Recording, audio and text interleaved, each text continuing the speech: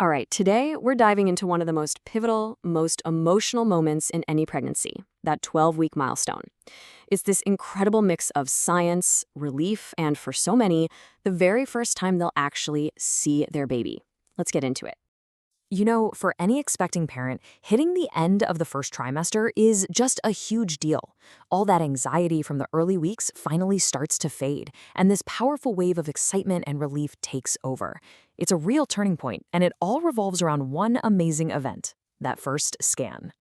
So let's break down exactly why this milestone feels so incredibly significant for expecting parents.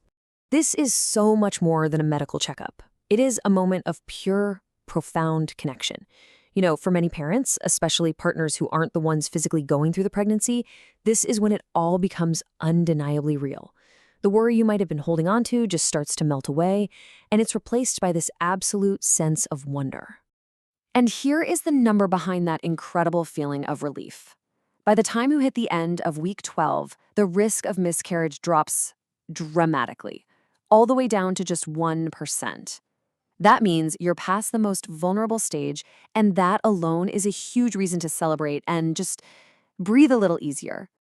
Okay, now for the main event, that amazing first glimpse. How is it even possible to see inside? We are, of course, talking about the ultrasound. You know, while seeing your baby is the big emotional payoff, the number one medical job of this scan is super practical. It is all about dating the pregnancy. And this isn't just a ballpark guess. It gives the most accurate due date you're going to get, which is absolutely vital for timing all the future checkups and correctly monitoring the baby's growth. So how does this whole thing work? It really feels like magic, but it's just brilliant science. First, you get that famously cold gel on your belly. Then, a little handheld wand, called a transducer, sends out high-frequency sound waves, way higher than we can hear, into your body. Those waves bounce back off of different tissues, creating echoes. And a computer instantly translates those echoes into the black and white picture you see on the monitor. And what an image it is. At this point, you're not just looking at a little blob. You're seeing a tiny human profile. You can often clearly see a forehead, the sockets where the eyes are forming, even a little button nose. It is an absolutely breathtaking moment. Now, here's the really cool part. How the sonographer gets that super accurate due date. They take a measurement called the crown-rump length, or CRL, basically from the top of the baby's head to its little bottom. And the reason this works so well is that in the first trimester, every single baby grows at almost the exact same rate. It makes this measurement a universal and incredibly accurate way to know the gestational age. But figuring out the due date is just scratching the surface. This first scan unpacks a ton of information about the baby's health and how everything's developing. Let's take a closer look at what else they're checking out. Yeah, the sonographer is looking at so much more than just size. They're confirming if it's one baby or maybe two or three. They also check the mother's anatomy for things like fibroids or cysts. But most importantly, they're doing that first big check on the baby, visualizing the brain, the spine, the internal organs, and even counting those teeny tiny hands and feet.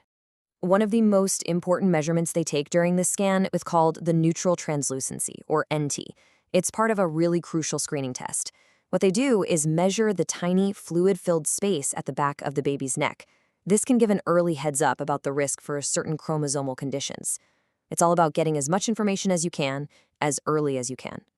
On this slide, you can really see what they're looking for. The image on the left, that shows a thin nuchal fold, which points to a low risk.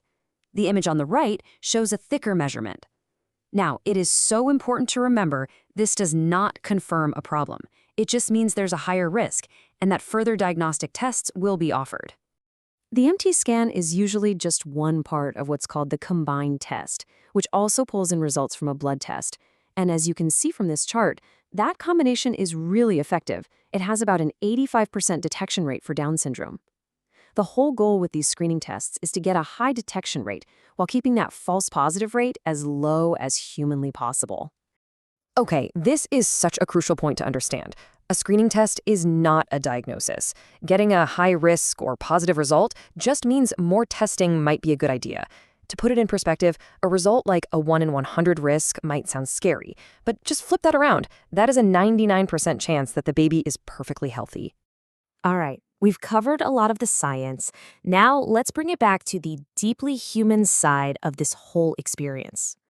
This quote just nails it, doesn't it? Seeing your baby on that screen, kicking its legs and waving its little arms, even though mom can't feel a thing yet, it is a total game changer. You're confronted with the physical proof that your baby is real, and the emotional punch of that can be surprisingly powerful for everyone in that room. And of course, while all this is going on inside, the mother's body is going through its own incredible transformation. We've all heard about the pregnancy glow, and that's a real thing. It's from all the increased blood flow. But there are also challenges, right? Hormones can cause acne, your skin feels stretched, and you might even feel breathless because your heart and lungs are literally working for two now. But here is the good news. Right around this 12-week mark, a lot of those really tough first trimester symptoms often start to ease up. The nausea might finally back off, the constant trips to the bathroom slow down as the uterus lifts up, and that bone-deep exhaustion often gives way to a very welcome return of your energy. So as you leave that scan and the first trimester behind, you're not just closing a chapter, you are starting a brand new one. I mean, just look at this journey. In 12 short weeks, your baby has gone from a tiny ball of cells to having a heartbeat to growing limbs and is now a fully formed fetus who can move, swallow, and even yawn. The speed of development is just staggering. And this image right here, it just captures that incredible transformation perfectly. It's so hard to wrap your head around the fact that this detailed, human-looking form was just a little cluster of cells 3 months ago. It is truly one of nature's greatest miracles. So, let's recap. At 12 weeks, you have passed a major milestone. You can finally feel reassured knowing the riskiest part is over. You've got a much clearer timeline for the journey ahead. And, best of all, you have that first precious picture of your baby to share and to hold on to. That first image is really a promise of everything that's still to come. It just opens up a whole new world of anticipation and things to look forward to. So that leaves us with one final thought. Now that you've had that first glimpse, what are you most excited to discover next?